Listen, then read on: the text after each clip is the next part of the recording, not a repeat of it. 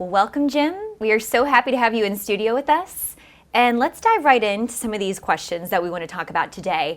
What are your priorities these first few months as you step into this role?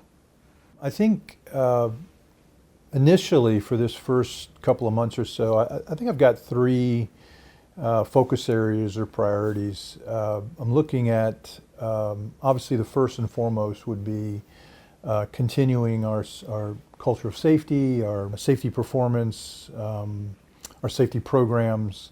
The second is continuity of mission. The team is doing a very good job, has been very successful, and I want to keep that momentum going during this transition phase. But we're also going to be looking at how do we accelerate and how do we do more. And so that's sort of the focus for the first 90 days or so with me. And then the final piece I'd have to say would be relationships. So as I come in, it's vitally important that I establish relationships with the workforce and with the unions and with the client, with regulators, basically anybody that has a seat at the table and skin in the games. I need to develop those relationships because those are going to be critically important to our continued success. So. Well, and you talk about keeping the momentum going. So can you get into any specifics of how you want to move the cleanup mission forward? We're going to have to innovate. We're going to have to incorporate new technologies. We're going to have to revise and update our methodologies and processes. We've got to optimize our operations. We have to find and recognize efficiencies that we can then reapply to get more work done and get it done at a faster pace. Well, and you've had extensive experience working in environmental management and in the nuclear space. So how has that prepared you for this new role with UCOR?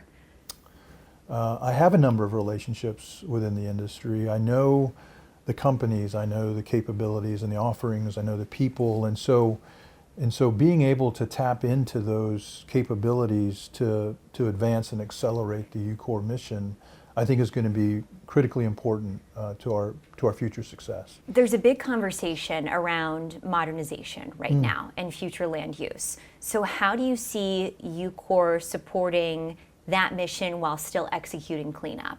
We look at modernization as the ends, then the UCOR mission of cleanup is the means to the end.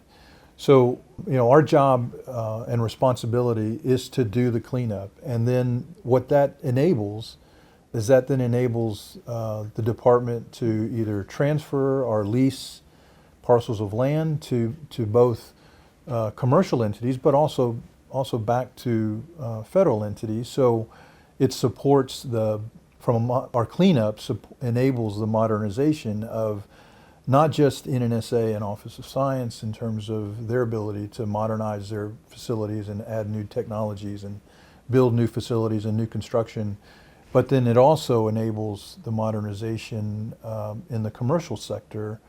What do you see, or do you see any big challenges ahead, and how do you plan on tackling those? The expectation is we will do things faster, we'll accelerate, we'll do more, but not necessarily with more resources, right? So that means we're going to be looking at, as we talked about earlier, we're going to be looking at ways to innovate, change our methodologies, change our processes, be more efficient. The UCOR team has a history of providing solutions for challenges. And I have no reservations or doubts in this team's ability to rise to this challenge.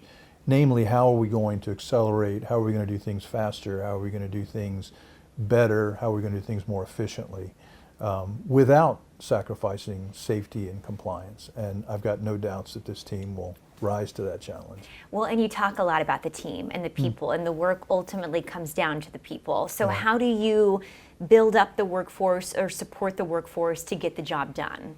We engage with our employees. We communicate with our employees. We have recognition programs. We have development programs. And our employees understand the why, why we're doing what we're doing and what those impacts are. And so they know that the work that they're getting done is meaningful, it's having a positive impact.